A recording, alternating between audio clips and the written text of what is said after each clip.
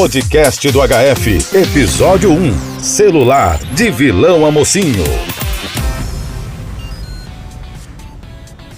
Olá pessoal, tudo bem? Aqui quem vos fala é a professora Giovana Ferreira e vamos começar o nosso primeiro podcast do 9º ano.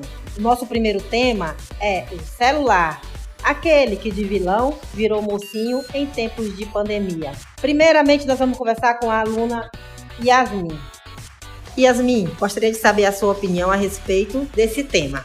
Aparelhos que antes eram tormentos para os educadores nas atividades presenciais, agora se tornaram ferramenta para que muitos estudantes tenham acesso a conteúdos online. O vilão virou mocinho.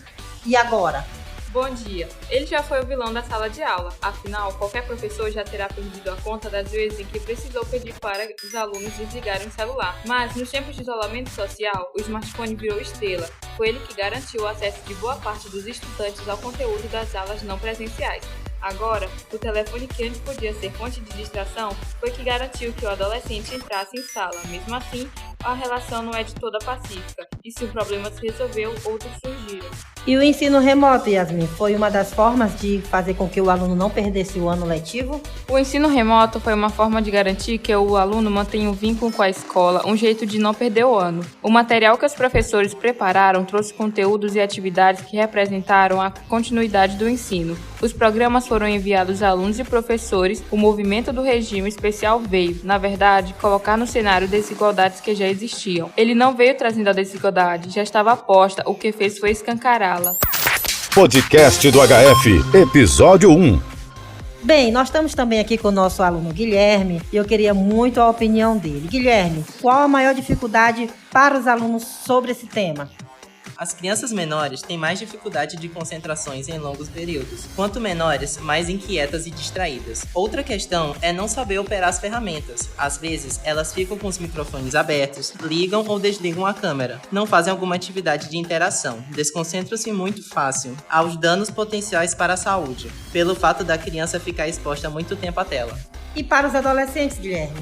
Para eles, as dificuldades operacionais são mais fáceis de negociar. O adolescente tem, teoricamente, uma autogestão, mas tem dificuldade em cumprir ordens e viver muito de tribo. Os alunos do ensino médio gostam de fazer uma gracinha ou um comentário. Não tem muita disciplina com as coisas.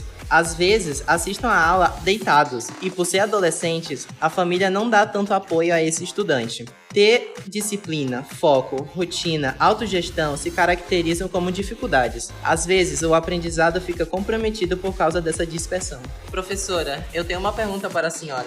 O que os professores puderam fazer diante dessas dificuldades? O professor teve de fazer malabarismo e ele também foi pego de surpresa. Não é uma modalidade que a maioria dominava. Para manter a atenção dos alunos, ele teve que promover interações, fazer esse aluno estar sempre atento, porque sabe que o professor vai largar uma pergunta, mas não perguntas de cunho cognitivo. São perguntas da vida dele. Isso vai trabalhar a dimensão socioemocional, ou seja, coisas que o aluno fique confortável em responder. Trazer um caso, um vídeo, uma reportagem da vida cotidiana. Os adolescentes gostam muito disso. Podcast do HF, episódio 1. Continuando nosso podcast, nós temos aqui a aluna Emanuele e gostaríamos também de saber a opinião dela a respeito do nosso assunto de hoje. E os pais, o que eles podem fazer para ajudar os filhos nessas aulas online? Bom, a maior ajuda é resguardar um ambiente tranquilo para a aula online. Às vezes o aluno estava tendo aula e alguém estava fazendo café, cozinhando, batendo panela. A mãe estava passando toda hora atrás da câmera, o cachorro latindo. Os pais deveriam resguardar um lugar na casa e preservar o silêncio, acompanhar, incentivar, não ficar falando mal da escola.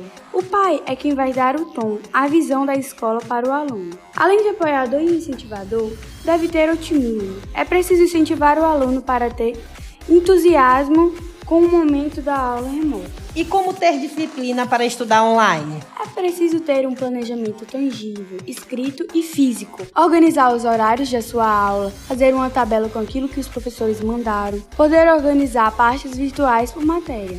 Para ter disciplina, é preciso falar para o cérebro que aquele momento é de estudo e não de lazer. Também são pistas para o cérebro não assistir a aula de pijama ou deitado na cama. Se o aluno levantaria, tomaria um banho e colocaria roupa para ir à escola, por que não faz em casa? E é preciso abrir a câmera. Os alunos não estão abrindo a câmera com várias desculpas. Estou despenteado ou estou sem camisa. Se você está fisicamente pronto para ficar descansando, seu cérebro não vai entender que aquele é um momento de estudo. Bom, gente, esse foi nosso primeiro podcast. Espero que tenham gostado. O tempo foi curto, mas tentamos trazer o que tinha de mais importante para vocês. Considerações finais, Yasmin? Obrigada pela conversa. Guilherme? Eu estou muito grato por estar aqui e espero que a gente tenha ajudado em suas dúvidas. Manu? Muito lisonjeada por estar aqui tirando as dúvidas das pessoas. Esse foi o episódio 1 do podcast do HF.